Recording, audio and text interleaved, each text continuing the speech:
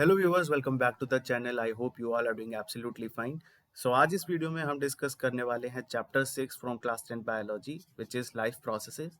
और इस particular video में हम डिस्कस करेंगे कुछ objective questions which will be related to the term one examination. So term one में एग्जामिनेशन में जैसे कि आपके एमसीक्यूज आने वाले हैं, सो उसके लिए एक रिवीजन वीडियो है और इस पर्टिकुलर चैप्टर की हम सीरीज लाने वाले हैं जिसमें आपको सारे प्रैक्टिस सेट्स कराए जाएंगे इस पर्टिकुलर टॉपिक के अंडर जो भी सब टॉपिक्स आते हैं।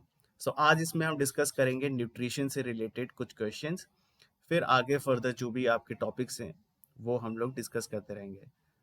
सो वीडियो को एंड तक देखिएगा और इस पर्टिकुलर वीडियो में आपके सभी क्वेश्चंस जो है इंपॉर्टेंट है एंड ये 15 क्वेश्चंस हैं जिनके हम लोग डिस्कशन करेंगे इस पर्टिकुलर वीडियो में। शुरू करते हैं।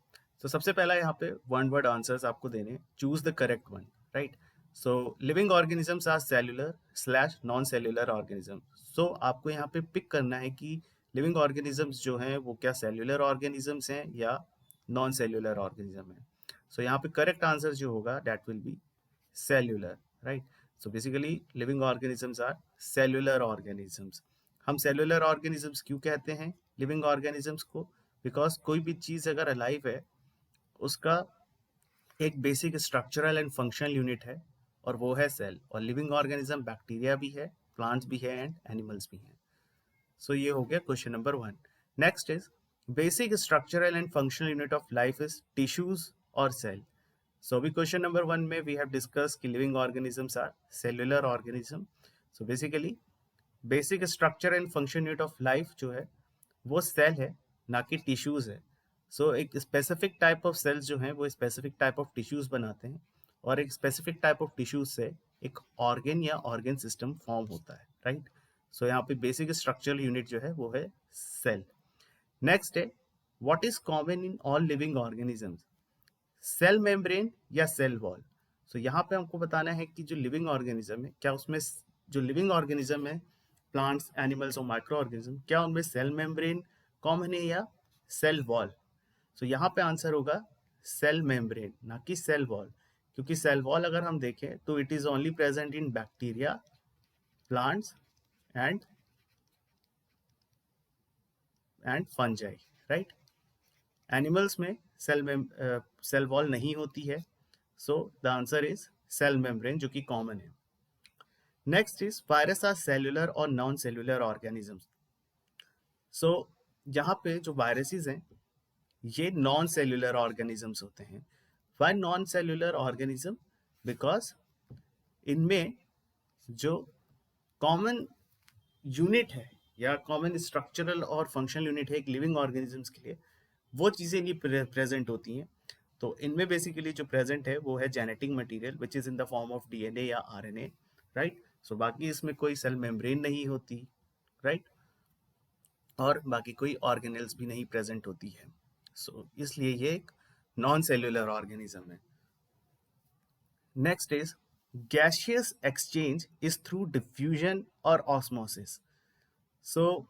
यहाँ पे ये पूछा गया है कि जो गैसियस एक्सचेंज है वो डिफ्यूजन के थ्रू होगा या ऑस्मोसिस के through. Correct answer is diffusion, right. Diffusion में higher to lower concentration, osmosis में भी higher to lower concentration, but in case of diffusion there is always gaseous exchange and in case of osmosis it is water exchange, right. Water कैसे exchange होगा? It is through osmosis through selectively permeable membrane, right. दोनों जो है वो selectively permeable membrane के through ही exchange होंगे, लेकिन for gas it is diffusion process and for water it is osmosis. यहाँ पे आंसर जो है that is diffusion. Next is nitrogenous waste of human being is urea or ammonia. Nitrogenous waste of human being which is excreted by or which is formed through kidney is urea, right.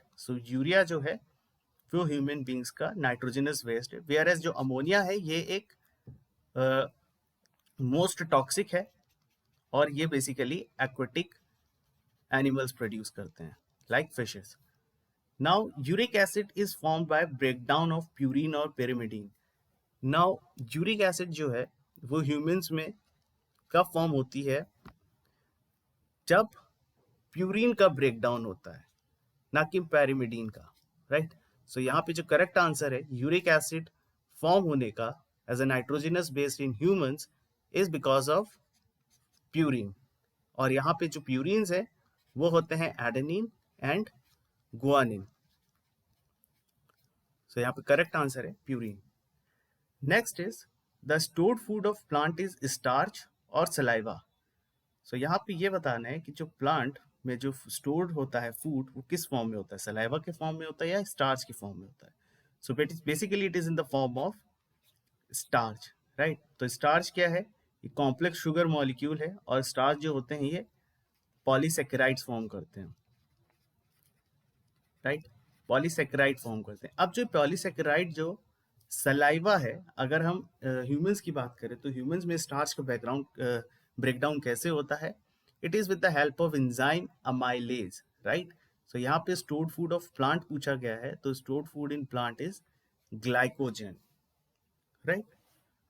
Next हम देखेंगे the stored food of animal is starch या glycogen. So mainly जो animals में stored food होता है that is in the form of glycogen, right. So glycogen is basically break down और it is the stored food of animal. Next is salivary amylase is also known as ptyalin or pepsin.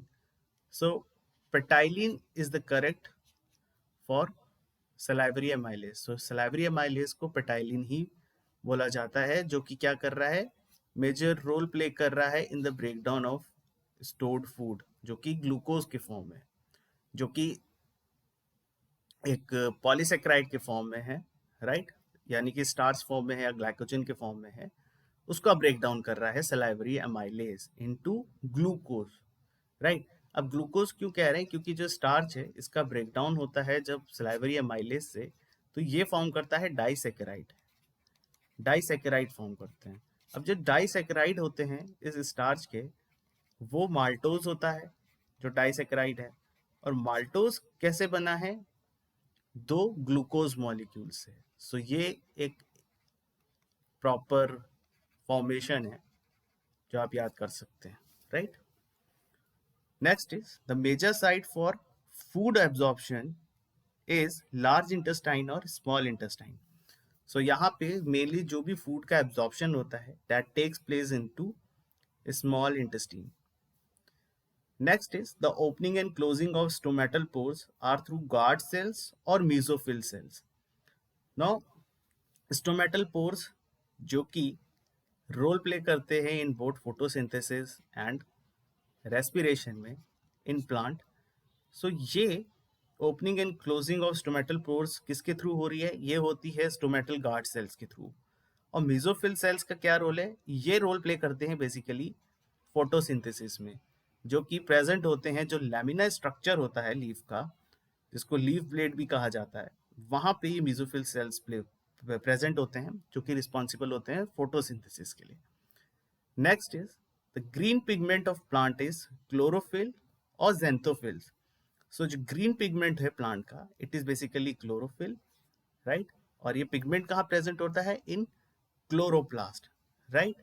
और xanthophylls basically जो yellow pigments होता है flowers में, उसके लिए होता है।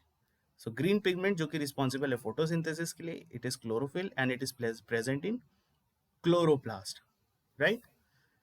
Next we will discuss this particular reaction कि 6CO2 plus 12H2O will form glucose. It will form glucose, right? Which is C6H12O6. C6H12O6. So this is basically the glucose molecule. Or if what in presence of what this reaction take place, it takes place in the presence of sunlight, right, and where, in the chloroplast. Next is biocatalysts are also known as enzymes or genes. So you have to pick one कि biocatalysts जो होते हैं उनको enzymes कहा जाता है या genes. So enzymes are basically known as biocatalysts, जो कि रिस्पॉन्सिबल होते हैं कोई भी केमिकल रिएक्शन जो कि मेटाबॉलिक एक्टिविटीज को सपोर्ट कर रहे हैं उनके ब्रेकडाउन्स में, राइट। तो एंजाइम्स का बहुत ही इंपॉर्टेंट रोल है, इसलिए इनको बायो कैटलिस्ट बोला जाता है।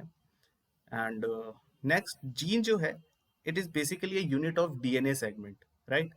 सो डीएनए सेगमेंट्स का अगर पूछे what is unit of DNA segment, so it is gene and biocatalyst is enzymes.